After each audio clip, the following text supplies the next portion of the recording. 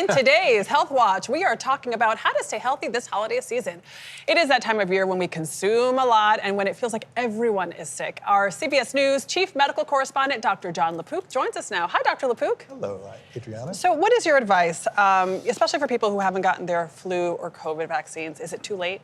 So that's easy. It's not too late, and you can get them both at the same time, according to the CDC. So, it takes a couple of weeks for them to kick in. It's about 2 weeks and 2 days from Thanksgiving, very late day for Thanksgiving. So go ahead and get them. So you should get them, just you to should be get safe them, while yes. you're socializing. Yeah. Okay. Are there other vaccines that older adults should think about? Yeah, what a lot of people don't realize is like the pneumonia vaccine, pneumococcal pneumonia, they just lowered the age that people should get it from 65 to 50. And then there's the RSV vaccine, respiratory syncytial virus, which you can get from age 60 to 75 if you're at high risk for a bad outcome, or everybody over 75, according to the CDC.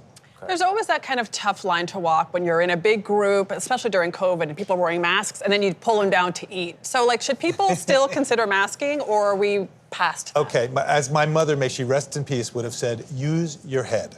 So what did we learn in the pandemic? Which is that the COVID virus and other viruses, influenza, you name it, can float across the room, especially if there's poor ventilation, and over time accumulate and infect you. So if somebody is smoking a cigarette 20 feet away, after a while, can you smell it? Yeah. Yes. So then you can get infected. So what I've been doing is I'm using my head.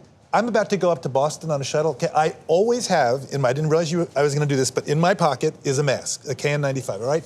I don't wear it all the time, but if I find I'm on boarding the plane and I'm right next to a lot of people and somebody especially is coughing, I'll put it on. I get on the plane, I get up there, once the HVAC is going and it's going back and forth, I might take it off. Yeah.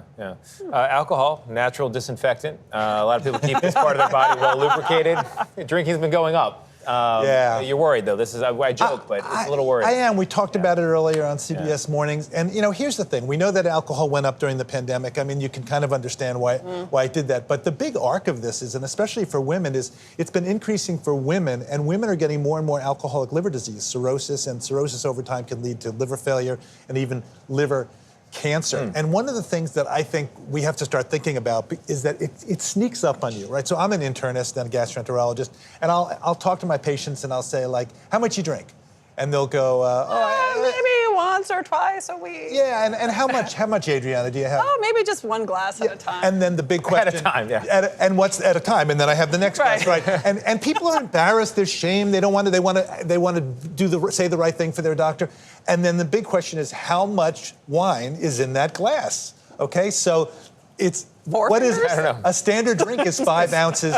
5 ounces. Okay, so I'll have patients and I'll say I have 2 glasses of wine. I'll go, well, how much of the bottle do you take? Well, that's about half a bottle. Okay, I looked it up. A bottle is about 25 ounces. Right. So that's more than 5 ounces a drink. That's 12 and a half ounces. And over time, it can end up that you're drinking too much. So I think that doctors have to be, you need that relationship, as you know, I believe, between the doctor and the patient or the caregiver and the patient. You need to be able to open up and say, okay, come on, no judgment here. Yeah, I don't have to worry about it, fortunately. I love to drink, but I'm missing an enzyme or something. If I have 2 drinks, the next day I am wrecked. That enzyme is called age. It's also true in college. Okay. Well. Really? It's also called alcoholic dehydrogenase.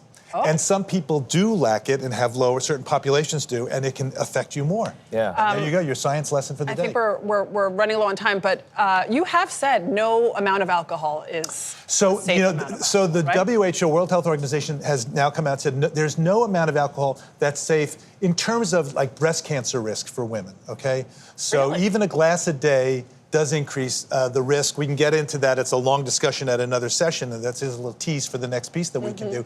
But look, over time, I think, alcohol can affect the liver, the brain, the heart, the pancreas. It can do a lot of harm, but I also understand that, people want to have a drink. People want to be 25% funnier and better looking as well, and alcohol can do that. Everything in moderation, including excess. But I don't really believe that. All right. Dr. LaPook, thank you very much.